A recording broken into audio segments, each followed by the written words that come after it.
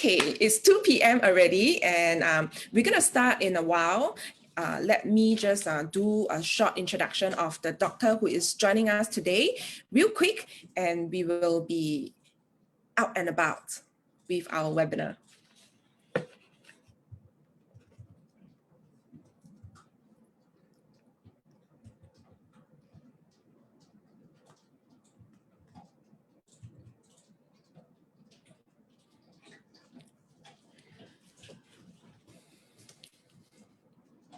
Hello, good afternoon. Thank you very much for joining us at TS6 Lady Health Facebook Live webinar on a Saturday afternoon at 2 p.m. Today, we are talking a little bit more about people who are struggling with obesity and how you can seek help medically. And we are very honored to have invited Dr. Tan Kok Kwan to join us and give us a talk about this very discussed topic out there. Dr. Tan Kok Kwan graduated from National University of Singapore in year 2001, and he served his residency in Tan Tock Seng Hospital and Singapore General Hospital. And after leaving the government service, Dr. Tan set up DTAP Clinic Group and served as its CEO. Recently, in year 2020, he decided to step down from DTAP and now runs his own private clinic called Dr. Tan Medical Center, and it is located at Novena Medical Center. He focuses on men's health and is also a member of the Singapore's HIV Pre-Exposure Prophylaxis Task Force, and is also one of the authors of the Singapore's HIV PrEP, Pre-Exposure Prophylaxis Guidelines. So his interest in men's health and also his interest in HIV transmission and HIV care has actually made him to be more towards being an author and also being a member of this task force to actually spread more awareness on how you can manage and also seek treatment for HIV. He is also one of the author of the Blueprint to End AIDS and HIV Transmission in Singapore and a reviewer in the Harm Reduction Journal. And this brings us to a more attention to this very controversial disease that is happening all around the world, HIV and AIDS. And we will be also working on doing a webinar with Dr. Tan in the future. And do drop us a DM if you are interested in joining us in a webinar about HIV and AIDS transmission. And without further ado, let me invite Dr. Tan Kok Kwan to join us live on our Facebook webinar.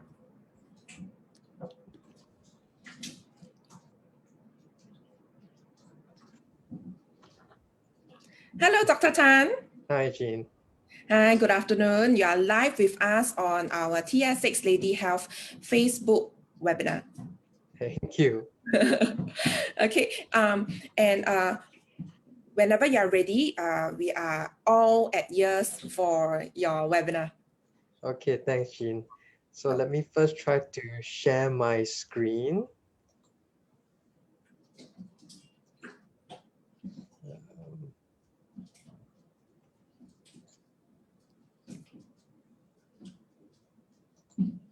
Is this good? Can y'all see my slides? Yes. Okay, good. Right. So, well, good afternoon, everybody. And thank you for taking your Saturday to attend this health talk. So as introduced by Jean, I'm Dr. Tan.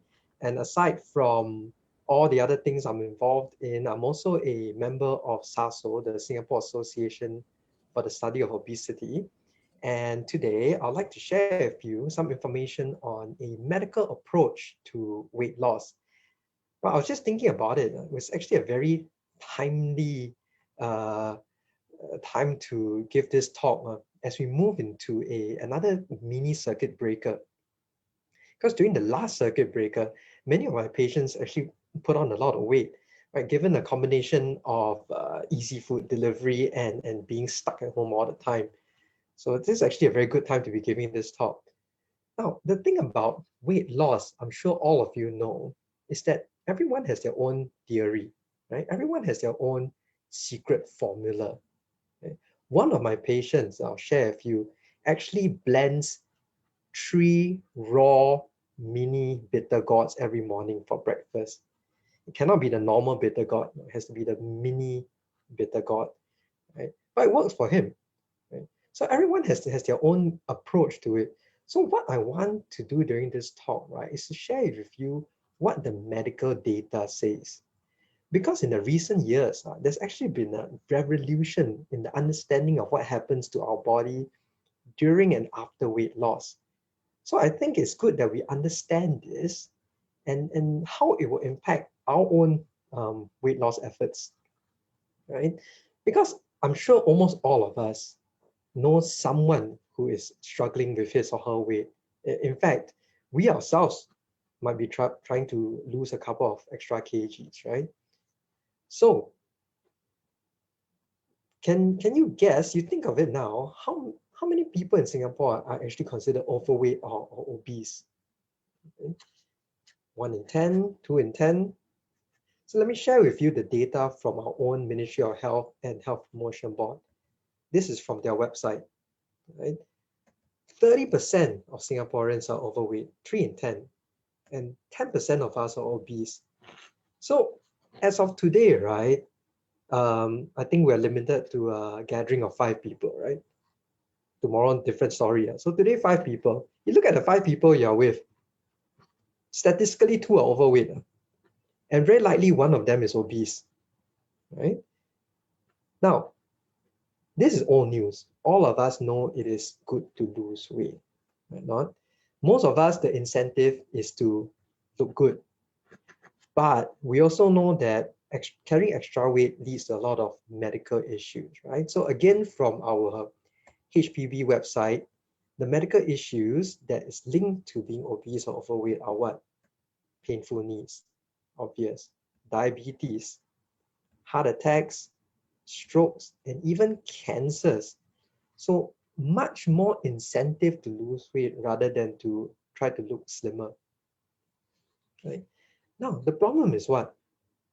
The problem is the message given to us is always, hey, easy lah. Don't be so lazy, have more willpower, eat less, exercise more, right? Look at me. I followed this program, I do this exercise, I eat this, and I lost weight. Now, although this sounds very logical and very straightforward, right? As doctors, we now know that telling someone who is obese to eat less and exercise more, and then expect them to just magically lose weight, right, is actually very bad advice, right? Because this is what happens, right? We tell the patients, hey, don't be so lazy, go exercise more. My patients come and tell me, I walk for 1.5, 2 hours a day, every day, until I'm all sweaty, I'm hungry all the time, and I still don't lose weight, right? So why is this, right? Then the problem is once we do this, we put in all this effort, we don't lose weight, we start feeling helpless, right? So we look around, and surrounding us is all these ads, right? Like what? Wow, look at this, use this treatment, you amazing benefits, you lose weight, right? At the same time, since you're so slim, you might as well have a very slim iPhone to go with it, right? Drink this juice, lose 6 kg in 1 week, right?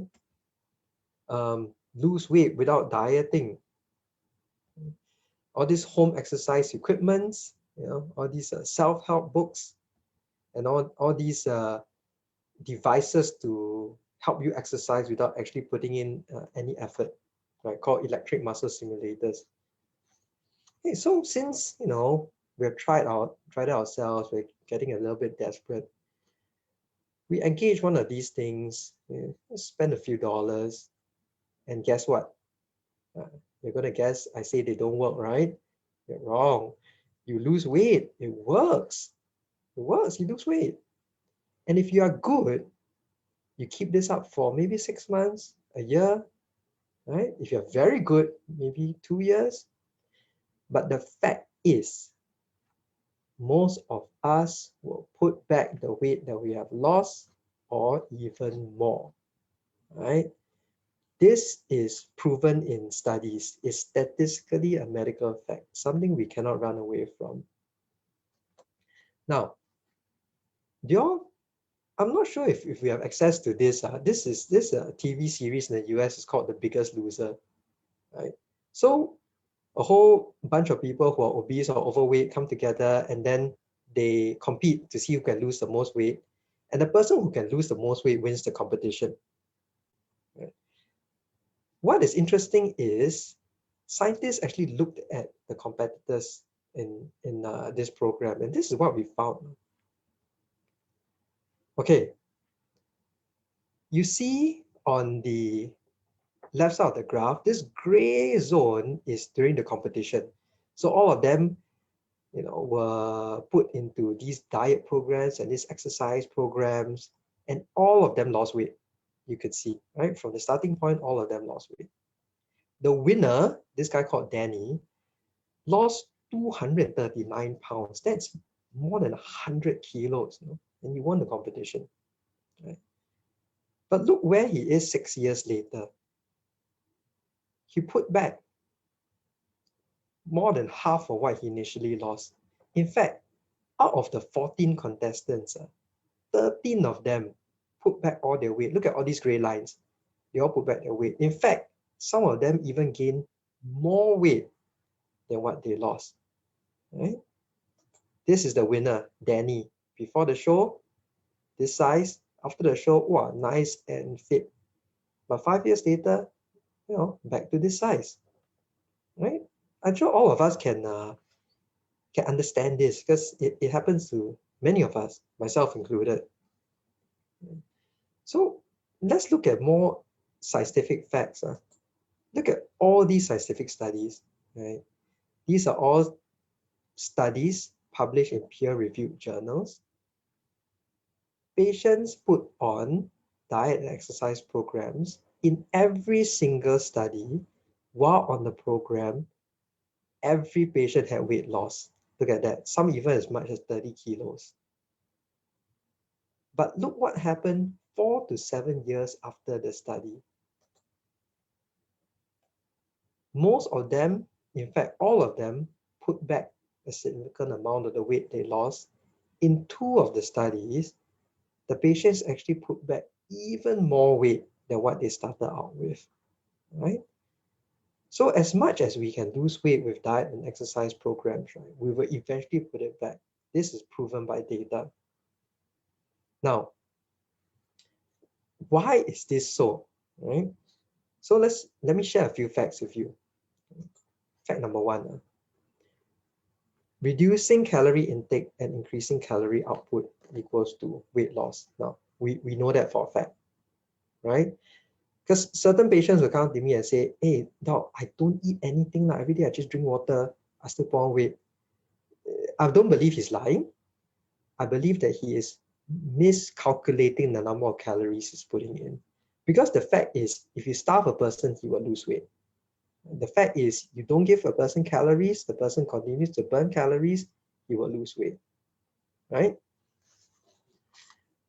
Now, that's why when you go on diet and exercise programs, we lose weight. But then what happens? This is the second fact. The body fights back against weight loss. Okay, our body doesn't know that we're trying to lose weight to get healthy, right? To our body, we are starving. We don't know when the next meal is going to be, right? So the body wants to gain the weight back. It's a question of survival. So what happens in the body where we start to lose weight? The body will automatically start to want to increase our calorie intake and reduce our energy output. How does it do it? Our gut and our adipose tissue, the fat cells, start to release all these hormones or stop producing certain hormones it will make us hungry all the time. So our body starts to prioritize getting food above every other activity. So when you say, oh, I can't concentrate on my work because I'm hungry all the time, it's true, because your body is prioritizing you getting calories over your other activities, because it's a question of survival to the body, right? At the same time, our body reduces our energy expenditure. Okay. What does that mean? It means it reduces your base metabolic rate, the amount of calories you're burning when you're just sitting there and doing nothing. Now, remember the Biggest Loser example? This was the graph you saw just now. Look at this graph. Look at Danny again the red line. His base metabolic rate, the number of calories is burning just sitting there and doing nothing, from when he was heavy before the competition to after the competition to 6 years later. That means even after he put back on the weight, his body was still burning 800 fewer calories a day. So his body has reduced his caloric consumption so much because he's just trying to put all the weight back on. So this exactly explains why some people will say, hey, I'm eating the same amount and I used to lose weight. Now at this amount, I'm putting all my weight back on. That's because that's what the body wants to do. It's reducing its own energy expenditure so that it can store more energy as fats. Why? Because the body is scared it will go into starvation again. Okay. This is a rather new concept known as a weight set point. That means your body has set its weight point and will do everything it can to defend this point. It will want to come back to this point. Then your next logical question is, okay, what determines the weight set point? Right? Is it because I eat too much laksa, I'm lazy, this is my weight set point? Well, not that true. The third fact is genetics play a big role in weight set point. So how do we know this? There was a very interesting study where the scientists look at twins. So genetically identical twins, right? Brought up in different families. So different diet, different exercise, different lifestyle, different everything. But yet, most of the twins end up the same weight. Not the weight of their parents or the family they're living with. Their adoptive parents, I mean. So the genes play a big role in setting our weight set point. Obviously, there are a lot of external factors like the amount of sleep you get, whether or not you're on any chronic medications, amount of stress. But at the end of the day, genes play a very big factor. So with these three facts, it led to a paradigm shift in doctors' thinking towards obesity. No longer do we see obesity as a lifestyle issue, as a fact that you are lazy, you're eating too much, right? Obesity is now classified as a disease, both by the World Health Organization as well as the US CDC. So what does this mean? Think about other chronic diseases. Think about diabetes and high blood pressure, right? In diabetes and high blood pressure, lifestyle changes like diet change and exercise can help improve the disease, right? But I would dare to say most of us will be challenged to blame a person with diabetes for being lazy or no willpower. That's why he got diabetes, right? Similarly, obesity is a disease in the sense that, yes, lifestyle change can improve it, but it's not because the person didn't get the disease because he's lazy or has low willpower, right? And just like diabetes, managing obesity needs a systematic program. You cannot just tell the patient, go and eat less and exercise more. Just like you won't tell a patient with diabetes, go and eat less and exercise more and you'll be okay. No, it needs a systematic program with goals and with stated prescribed steps on what to do, right? And because it is a disease, not everybody will be able to control it with just lifestyle changes. Some of us, just like some patients with diabetes, will need medical treatment. Okay. So after knowing all of this, some of you may be thinking, or my patients may be thinking, okay, fine. Let me start making some small changes to my lifestyle, and start to lose weight slowly. Why? Because everybody tells me it's a marathon, not a sprint, right? We say that all the time. In fact, a lot of people tell me, hey, doc, I heard you lose weight fast, you gain it back fast, right? So I will lose slowly. Okay, this is unfortunately not true, not true. The fact is, it is a sprint followed by a marathon. There's a lot of scientific data to show that patients who lose weight fast will be able to sustain it more easily over the long term, right? So that should be the target. That's why doctors who manage obesity always aim to drop their patients' weight quickly in the first few months, right? How quickly, you ask? 5 to 10% of body weight in the first month. So if you're 60 kilos, that's 6 kg in the first month. Right? Sounds good, right? So now everybody's inspired. Okay, so come on, let's lose weight. Okay, so next logical question, right?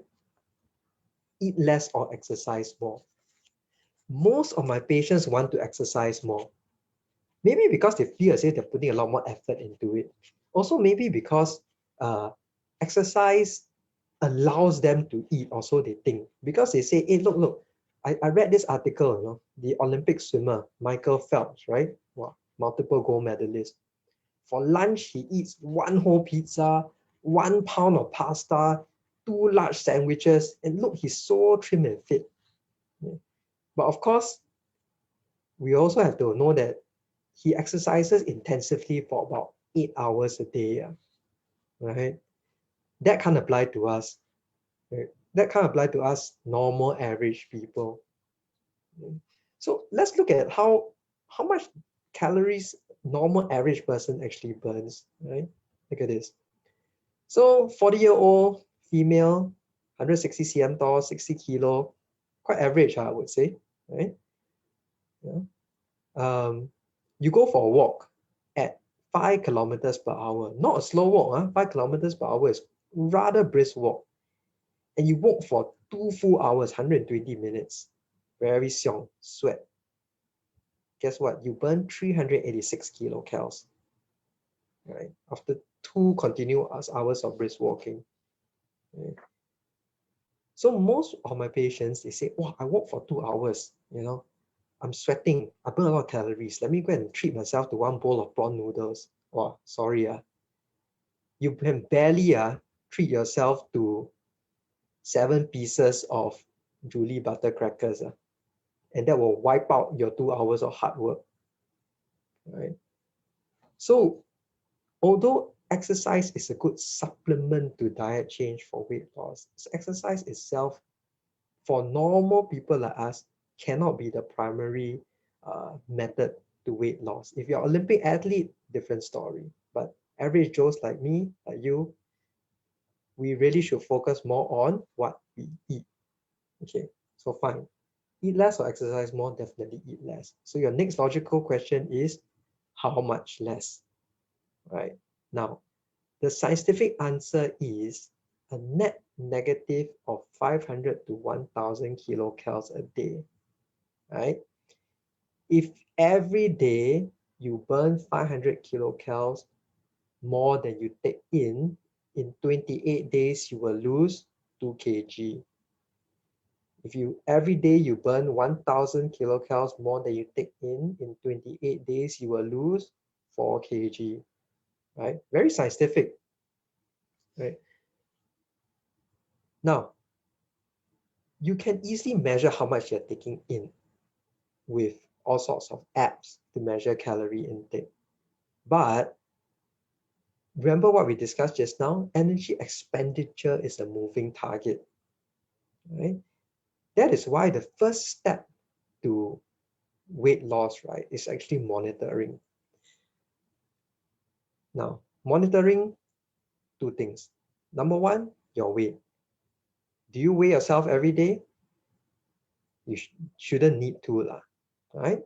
Because our weight should swing plus minus 1 to 1.5 kg every day, simply because of dehydration and what we eat. Imagine you drink one 500 ml bottle of mineral water. That's 500 grams. So your weight will swing. So what doctors advise is weigh yourself once a week to see the trend. Right? Now, second thing to monitor is your caloric intake. There are a lot of apps out there, and don't cheat yourself. Everything you put into your mouth, you need to record. With these two, you will be able to adjust your calorie intake to achieve your weight loss targets. Because remember what we discussed just now, there'll come a time when you are eating the same calories. So Health Promotion Board say eat 1,008 a day. You eat 1,008 a day, you will lose. There'll come a time that you realize at 1,008 a day, you will start putting back on. That's when you have to readjust. Right? So speaking of apps, there are a couple of apps out there. There's Lumi Health, which is actually by Health Promotion Board or MOH. It's free. But I think in order to use it, you actually need an iWatch, which I find a bit funny, but you can go try it out. Personally, the app I use is MyFitnessPal. I like it because it has all the local foods programmed inside. So if I type nasi lemak, the calories will come out. Right? I'm not endorsing any of these. I'm sure all of you all have your own favorite apps to use. Anyone, please use as long as you monitor. All right. Now, so what are some of the strategies you can use to reduce your caloric consumption, right? Because at the end of the day, that's what we said, right? Eat less, right? Eat less means reduce calories, not eat less per se, right? Let me give you a good example. So I had a patient who said, hey, you told me to eat less. So instead of eating my usual unhealthy foods, right, I started to eat the Kellogg's Special K. I think most of us have heard of it. It's supposed to be some weight loss, high fiber cereal. He said, but I eat, I put on more weight, no. So it's like, funny, shouldn't they? Because it's, you're replacing the high caloric food with low caloric food. Then after a lot of questioning, I realized, right, for every meal, for each meal, she will eat one box of Kellogg's Special K. Right? So that is not caloric reduction. Right? Okay, so what are the strategies we can use to reduce the calories we're taking in? The first most common strategy, which all of us are aware of, and also Health Promotion Board promotes, is replacement. Basically, you replace a high caloric food with a low calorie food, right? When you go to the hawker center and you say, hey, can I have less oil, less sugar? That is a form of replacement, right? So lower calorie options. You look for this sign, healthier choice, all right?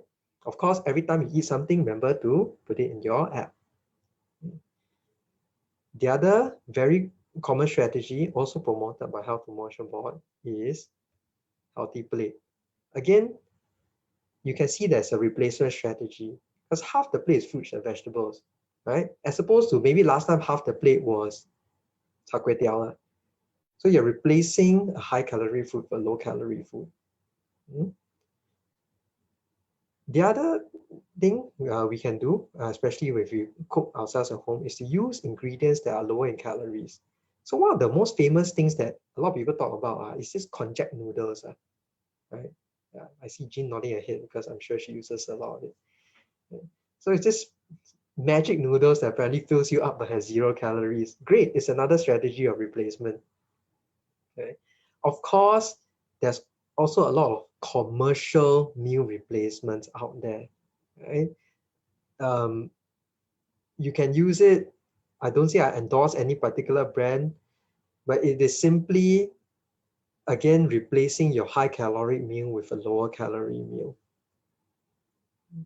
Now, this is the most forward strategy. So the next strategy is bulking. Right? So what's bulking? Bulking is filling your tummy with something else so that it doesn't fill up so much with food. Because one of the ways our body knows we're full, right, is the stretching of the stomach. Right? So I'm sure all of you heard this strategy. Wow, drink a big glass of water before your meal, right? So most of your stomach space is taken up with water. So when you eat, you feel full faster. Right? Some people also take a lot of fiber, right, when they before a meal, so that again the fiber fills up the tummy. There are also commercial bulking products out there. There are a whole variety. Again, we don't endorse any, but they can also play a part in your weight loss efforts. So you can see things like this in the graphic, very straightforward. It takes up space in the stomach, and then there's less space for food. Okay. But a lot of these strategies we already do, and sometimes it still doesn't help. So we move on to more medical strategies, which is basically 2 things, and also the most complicated things, which is blocking absorption and appetite. This is when you really should be seeing your doctor or even the polyclinic to get some advice. Now, let's talk about blocking absorption first. Blocking absorption are medicines that stop your body from actually absorbing the calories. Right? So you eat, instead of getting absorbed, most of it is passed out. Right? Now, blocking appetite. Blocking appetite has been the most popular kind of treatments that doctors have been using to control weight for the longest time. Right? Unfortunately, it's gotten a very bad reputation.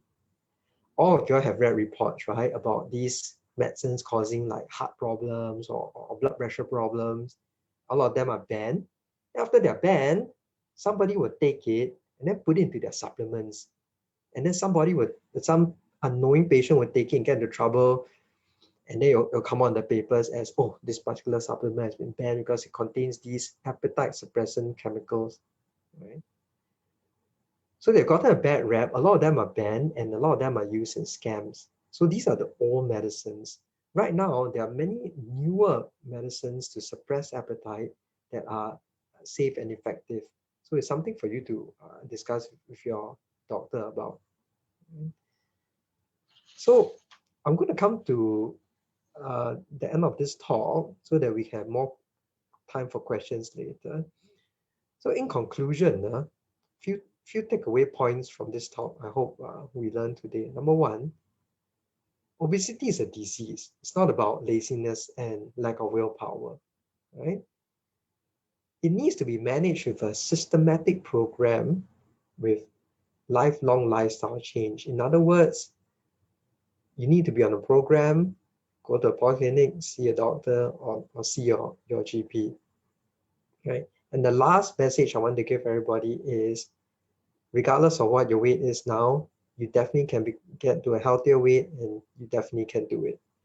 So, well, thank you very much. This is my contact information. I'd like to pass the mic back to Jean for any questions.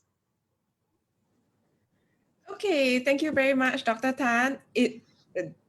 I love this webinar because whatever weight I am right now, I still want to lose some more. Okay, Dr. Tan, may I invite you to stop your screen share, so you can so the viewers can see you. better. Okay. All right, Dr. Tan.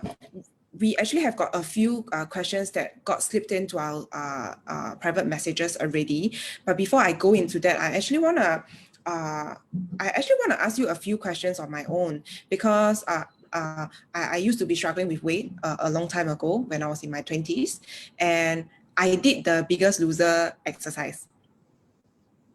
And then I followed both the trainers. One, I can't remember one of their name, but one of them is Jillian Michaels.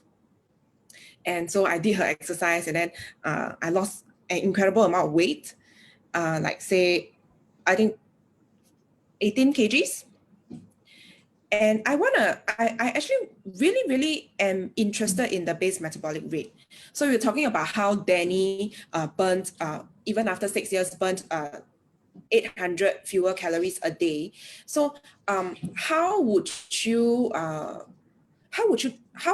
tell your patient whether will I be able to raise my base metabolic rate back up again?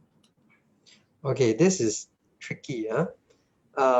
You can do it in a very limited amount, right? Known as a post-exercise burn. So for patients who want to raise their metabolic rate, what they can do is they can take on intensive exercise early in the day. And then because of the raised metabolic rate from the exercise, but it has to be intensive, there's a bit of a continued burn, but it's not going to be for the whole day. It's only going to be for a few hours, and then the body will automatically drop back to a lower base metabolic rate. Even small things like you realize tiny fidgeting actions they used to do suddenly goes away. Right? That's how your body conserves calories. So there's a very limited way to hack the body's base metabolic consumption, but honestly, there's no long-term way.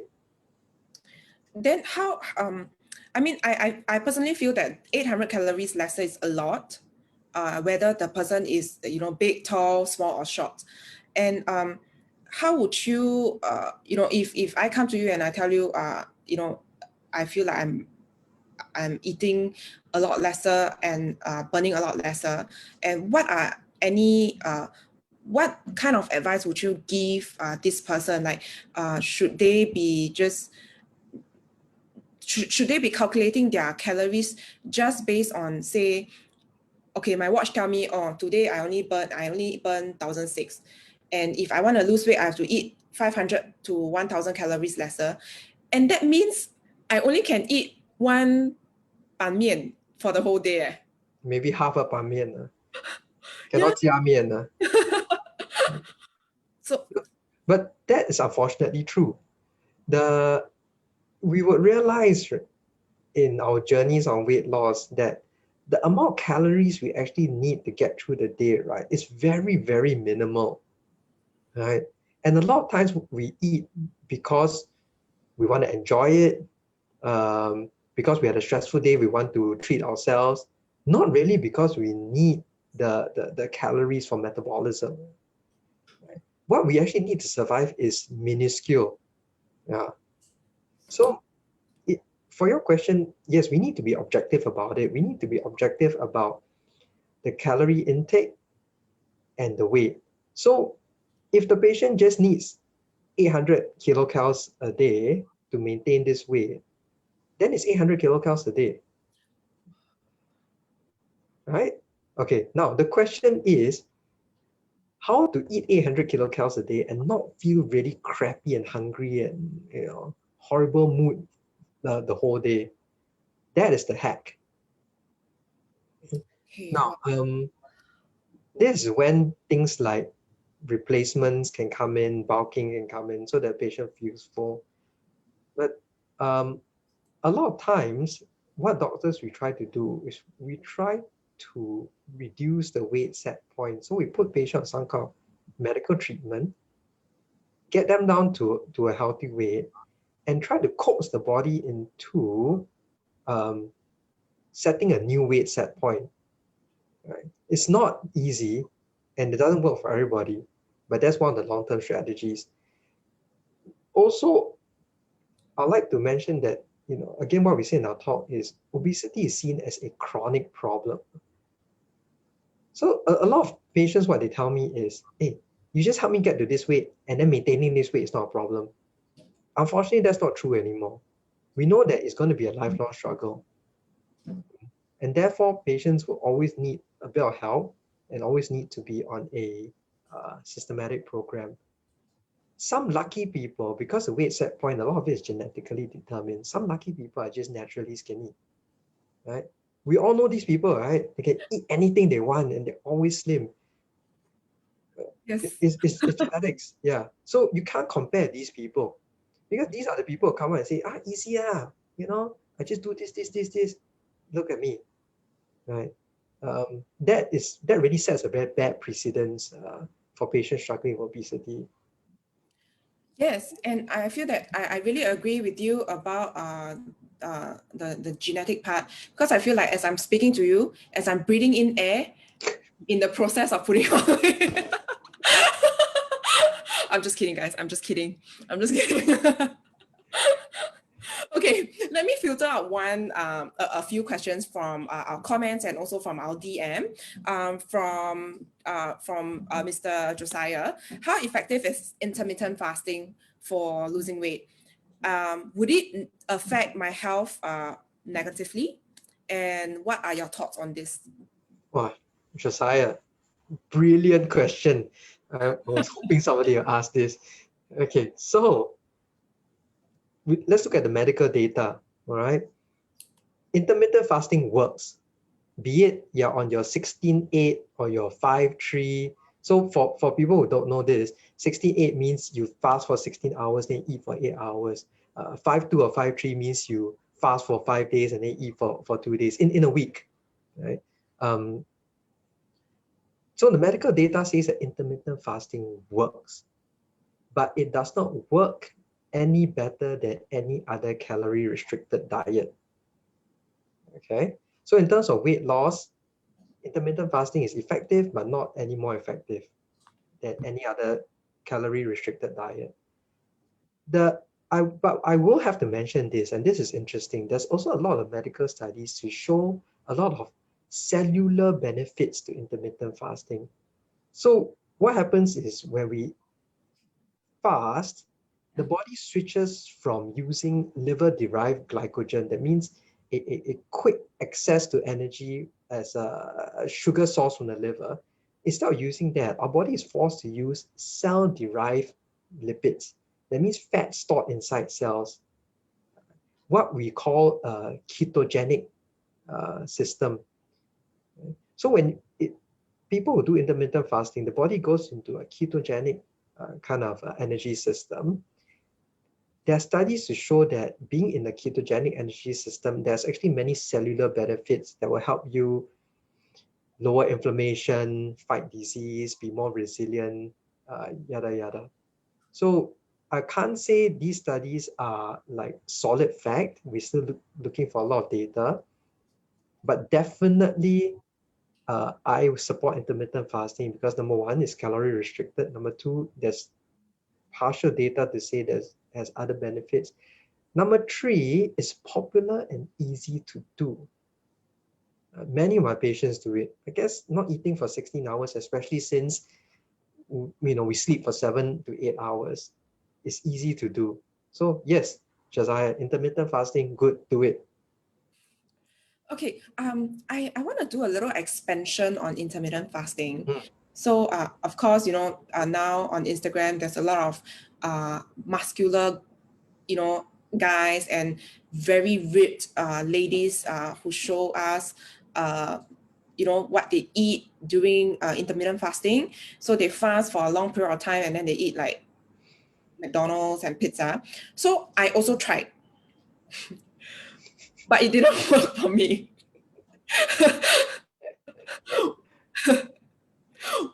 Why is that so, doctor? Is it because and I'll calculate my calories because I'm a big fan of calorie counting. So I don't overeat in a day unless I go on like a binge journey at night or whatever. So why did intermittent fasting not work for me or some other people? Is Okay. it because of their So food choices or? it's because of the basal metabolic rate. So you intermittent fast, you fast for 16 hours, and then in the 8 hours, you still control. Let's say you only consume 1,003 kilocalories, and you're still putting on weight. It's because your body is burning less than 1,003 kilocalories. That's right. Yes. So only two strategies for this. Number one is you continue to reduce the calories you've taken. Or number two, you try to add some form of exercise into your day to increase caloric burn. Yeah, so the key is to eat lesser than our base metabolic rate. Correct. The key actually is the base metabolic rate changes a lot more than what we think. So all these online calculators that calculate your BMR, they are a rough estimate at best. Is there a way we can know our BMR like specifically? No? No, the calculators and the watches and whatnot, they give you a rough estimate. Yeah. I see. Okay, so that's for intermittent fasting. So dear TS6 Lady Health fans and family members, please do intermittent. Please do give it a thought. Maybe it will work for you, maybe it won't, but it's scientifically proven. I would say that. Yes. Okay. One very interesting question that slided into our DM is the Slim 10 controversy. Oh. Yes. So so this particular viewer, she wants to know what is it in the Slim 10 controversy, and is there other pills in the market that she should be looking at since she's not very fat, but she wants to be even slimmer. Okay. So the Slim 10 was the one that caused the liver damage to our two famous local actress, right? And then they ended up needing a liver transplant. That's the thing, you see, a lot of these supplements out there that promises quick weight loss, a lot of them actually contain prescription medication, but they don't announce it. In fact, I forgot the name of one, but very recently, just in the last 2 weeks, there was yet another bust by HSA on one of these supplements that contain sibutramine, which is a prescribed medication. The problem is because of the nature of licensing supplements in Singapore, a lot of this can fall under the radar. So the safest thing to do is honestly don't take any of these. Don't take any of these. You really don't know what the active ingredient is. Right? If you think that you need some kind of help, some form of medical intervention to help you get rid of those final few kgs, go speak to your doctor. There are many safe things to take out there. And do you reject patients who are well within the good range of BMI? Okay, so I tried with a lot of doctors. They want to give me no. So we talk about healthy weight. Okay, I know, some ladies would like to look like chopsticks, but as doctors, I think we will focus on healthy weight. So the definition of obesity is BMI more than 30 for non-Asians, BMI more than 30. For Asians, BMI more than 27.5. The definition for overweight for Asians is BMI more than 23. As doctors, we tend to only intervene medically when the BMI is over 27. But don't forget, these are all very general rules. We also have to see the overall health of the patient, right? But of course, if a lady comes to me that's already 45 kilos and wants to become 42 kilos, a bit hard lah. Okay, you see this 45 kilo one, please kick her out of your clinic. Okay, I saw a very interesting question from Shi Yong. Hi, Dr. Tan. I'm struggling to gain weight. Could you give me some advice on gaining weight? Okay, wow, sure. Wow, so this is a 180-degree change from the topic of the talk. Okay, so if you're struggling to gain weight, the very first thing to do, right, is to exclude medical causes, unfortunately, right? So things like hormonal problems like high thyroid or low testosterone, low HGH levels can all cause you to lose weight. Also, illnesses and diseases that greatly increase your caloric consumption. Something as simple as asthma. If you are using so much energy to breathe, this actually increases your caloric expenditure a lot, or worms in the tummy. So there are many medical causes of poor weight gain. So that's really the first thing you need to do. Go and see a doctor and exclude all of this first, right? Yeah, because uh, the poorest advice is go and eat KFC 3 times a day and try and put on weight. Exclude medical causes, right? Yeah, then we can talk about healthy weight gain. And would you advise them to, for boys actually, especially, would you advise them to take like commercially available mass gainers and like protein powder available in like say GNC or Unity? Okay, so this is a slightly different tangent from the topic. This is anabolism, right? So boys who want to pack on muscles, right? Now, the fact is, muscle is made up of protein. For you to build muscle, you need protein, right? So you see all those bodybuilders out there, those strength trainers, right? They they do consume a lot of calories in lean, healthy protein a day. In fact, if you all know this guy called Eddie Hall, who's a strongman from UK, who can deadlift more than 500 kilos. So apparently this guy takes like 10,000 calories a day until eating becomes a job for him. But don't forget, all these professional athletes, they have very professional nutritional advice. They're not just eating nonsense.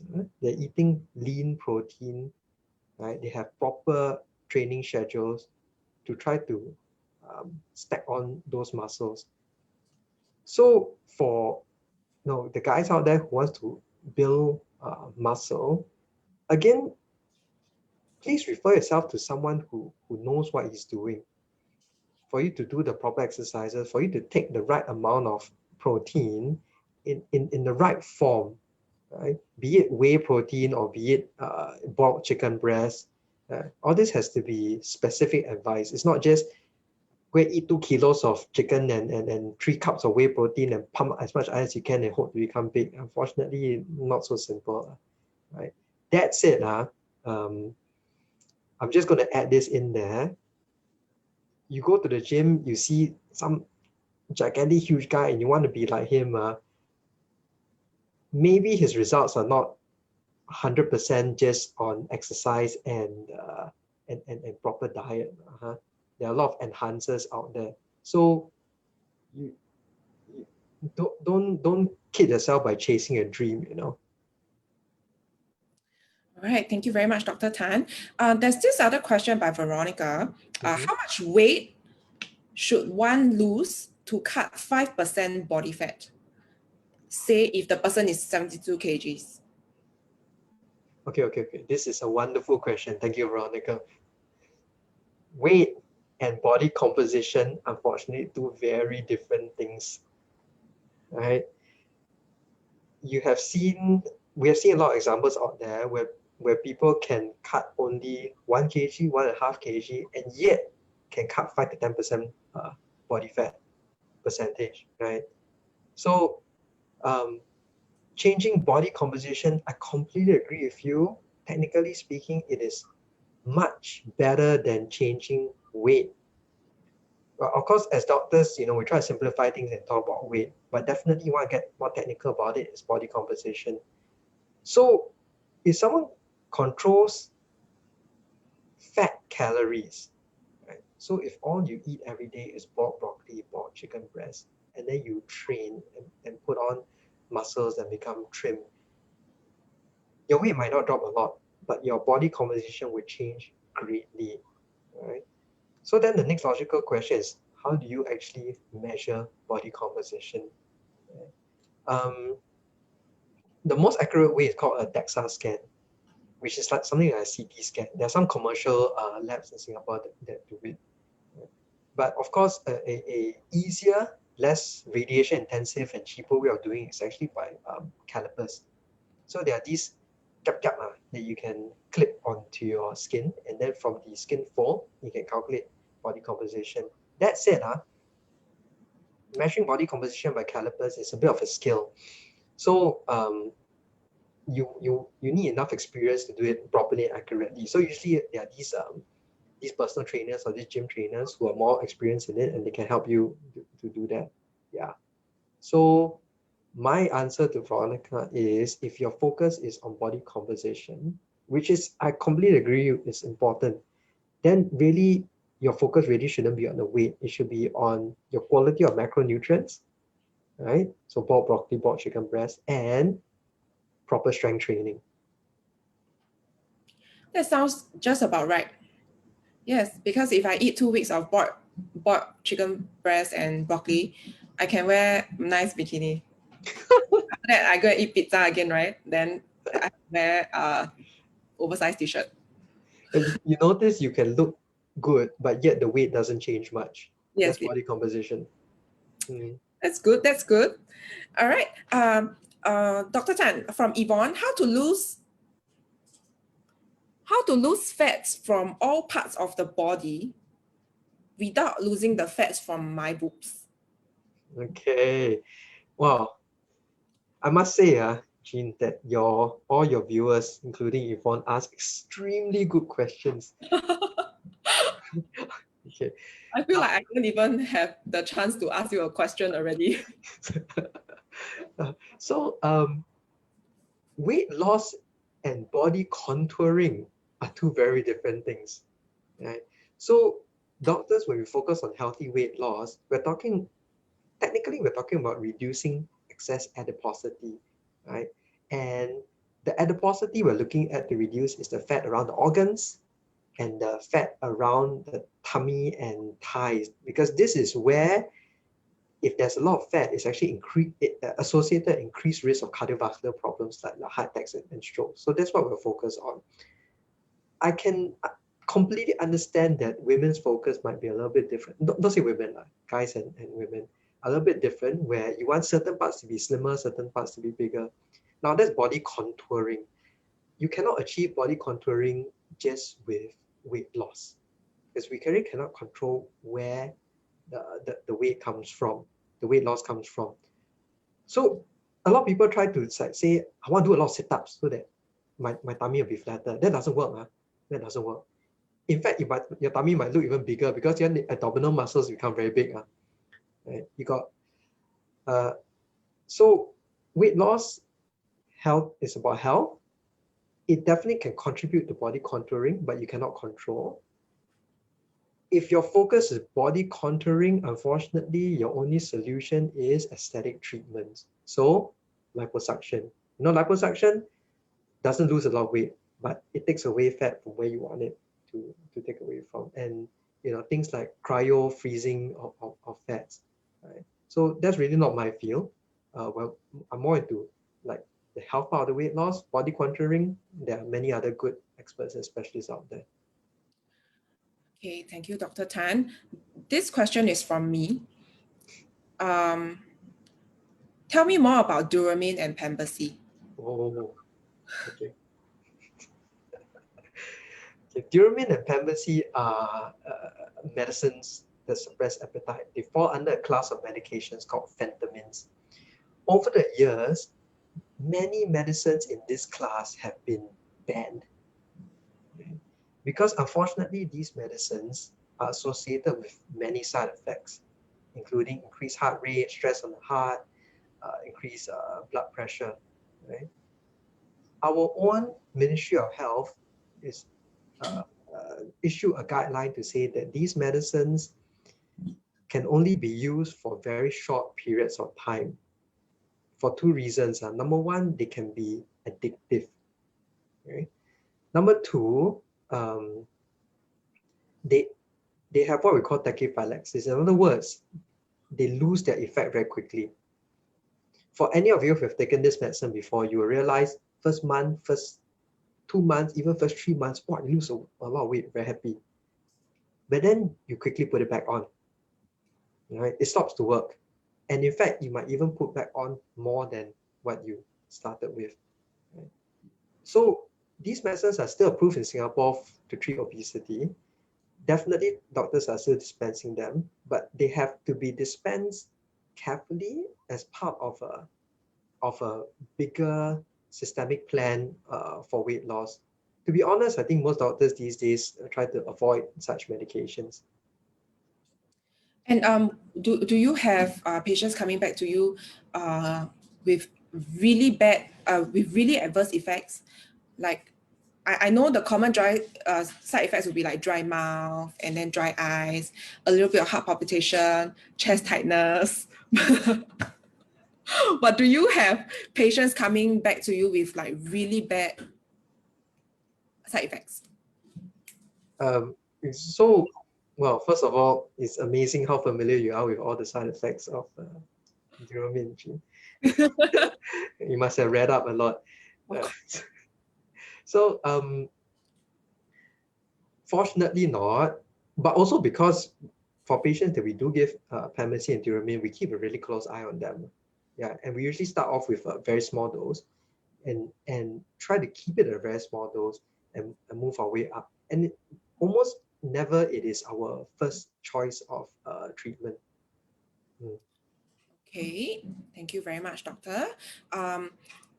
Honestly, I used to take it when I was much younger, like poly days now, like 19, 20. But I found that what is true, whatever you just said, it did work super well, but 3 months later, gone. You put back like 10 more kgs than what you started off with. Yeah, so I'm always very curious, why is this given as a choice for patients rather than going something that's more holistic? Yeah. I would say it's because it's easy, it's fast, it's very satisfying, it's very inspiring. Yeah, but I completely agree with you that it cannot be a monotherapy. It has to be part of a bigger program, as you say, a more holistic program, right? And to be honest, these days, there are much better and safer and more effective medications out there. So Pharmacy and Duromine, at most, they play supporting roles to the program. Yeah, they're no longer primary monotherapy type treatments. Thank you very much, Dr. Tan. We have another question that just slided in our DM. Which is more effective for weight loss, cardio versus weight training? Oh, another lovely question. From Sorry, from? Samantha? Samantha, okay. Wow, the answer is very obviously both, unfortunately, right? So this answer might get a little bit complex because it really depends on the patient's age and body composition. But as a general answer, right, doctors would say both. But for patients who really suffer from obesity, right, for those with BMI above 30, we always focus on balance and strength training first. So there are certain exercises that we can get patients to do based purely on body weight or with simple resistant bands to get their muscles strong and their core strong and their balance strong first. Rather than ask them, hey, go out and run 10 km, where very likely you're going to injure your patient. Right? So both are important, but definitely strength training, I would say, is overall slightly more important than cardio. Thank you, doctor.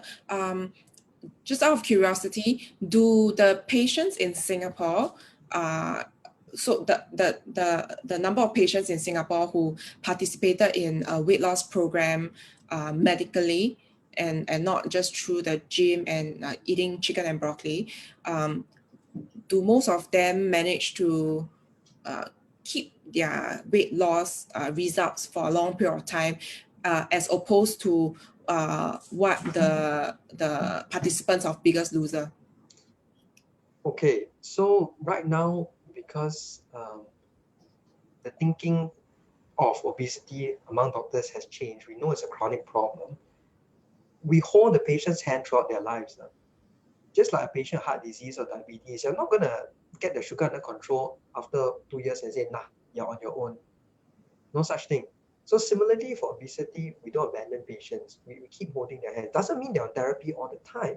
Doesn't mean they're on medicines all the time. But definitely they need to be monitored. They need to be kept on their toes, or at least us doctors need to be kept on our toes for the patients, right? And we have these red flags and green flags. So whenever the patient comes in, maybe after 6 months, we see the weight.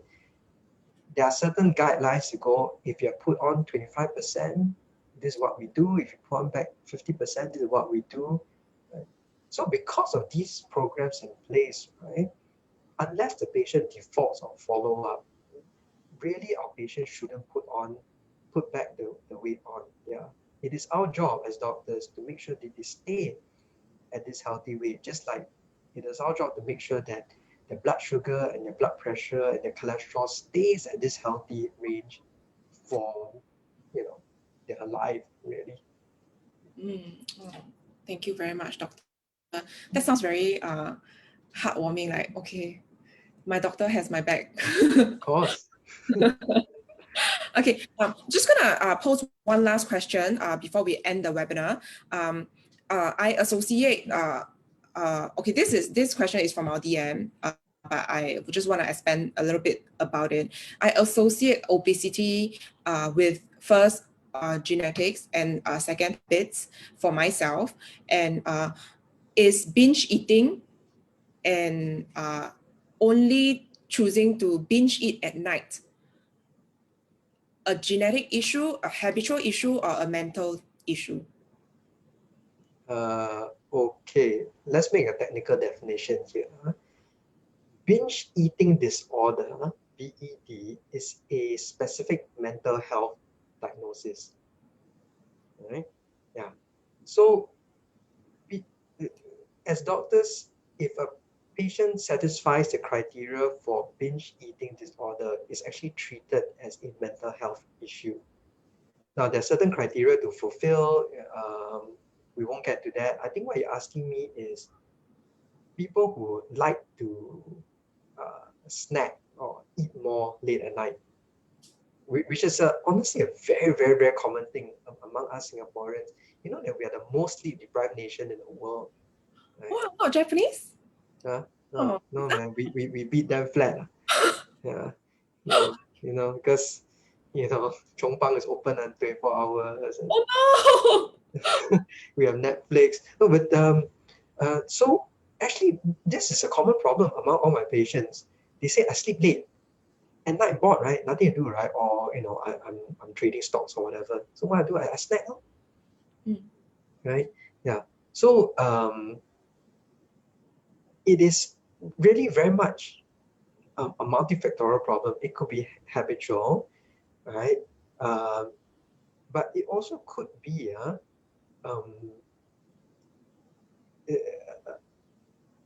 there's a lot of treatments, even if a patient is on some medication, a lot of these appetite suppressant treatments or whatnot, or absorption blocking treatments, they're given during the daytime, right?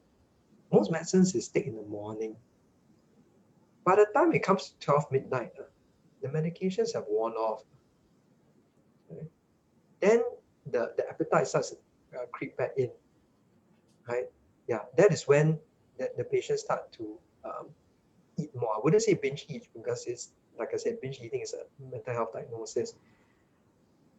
So it's important for doctors to recognize this problem and then change our strategy of management to fit this. Okay? Because it is a very common problem. And so as a doctor, do you have like a guideline to diagnose somebody who has a binge eating disorder then? Yes. So is they feel that they have no control over that binge, right? They feel horrible during and after it, like they hate themselves for it, right? And it leads to other mental health issues like depression, anxiety. And can these patients seek help? Must these patients seek help at IMH? Oh no, not so serious.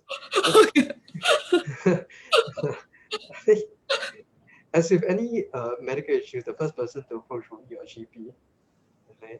And Okay. most of it can be handled at the primary care level. So so today, if I have binge eating disorder, I should visit my family doctor. Yes. And are there, so does the patient go through counseling, or is there a medication to help with this disorder then? Okay, so just like any other mental health issues, the first step is to take a very thorough history, right? So we need to see, are there any triggers? Is there anything that's bringing this on? And then start to teach the patient certain non-medical strategies to try to handle it, right? And only if all those fail, or it's already very bad to begin with, or it is associated with other mental health conditions like depression, then definitely medications will play a role. I see. Thank you very much, Dr. Tan. That marks the last question of our webinar. Please give me a moment. Let me just check my DMs just one last time. Okay. Yeah, I really enjoyed this webinar, and I'm sure all of the viewers had enjoyed the webinar and also have something to take home with them today. And looking at the number of questions, this is really a very, I would say it looks like it's an easy issue to handle, obesity or just being overweight, but there are a lot of underlying issues and also a lot of other ways that they can go about dealing with their health and their weight issues. And what would be your what is there a particular message that you want the viewers to take home with? I would say my parting message is being overweight or being obese is not your fault. It's not because you're lazy. It's not because you don't have willpower. It's a medical issue. Please go and see your GP, go and see your polyclinic, and understand the options available to you to get this under control. You definitely can do it. You definitely can become more healthy. Please take the next step today. Okay. Thank you very much, Dr. Tan. It's a pleasure to have you here with us on TS6 Lady Health, and we hope to see you on another episode of our webinar. Thank you very much, Shin. Okay, thank you. Thank you. Bye. Bye. Okay, this marks an end to our webinar today. And thank you very much for watching the webinar and joining us online today.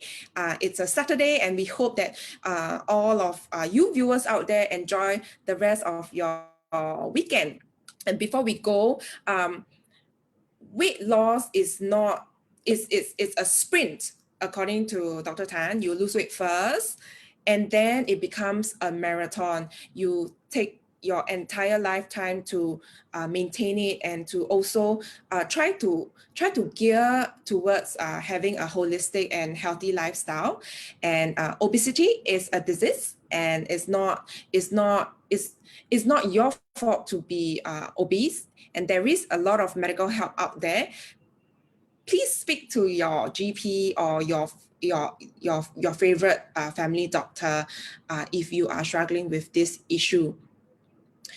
And I also want to add in this point that in Singapore, if you are only classified as obese with a BMI of above 27.5, and you are overweight if your BMI is above 23. So if you are well within a good range of BMI, do take note that losing too much amount of weight is also not good for you.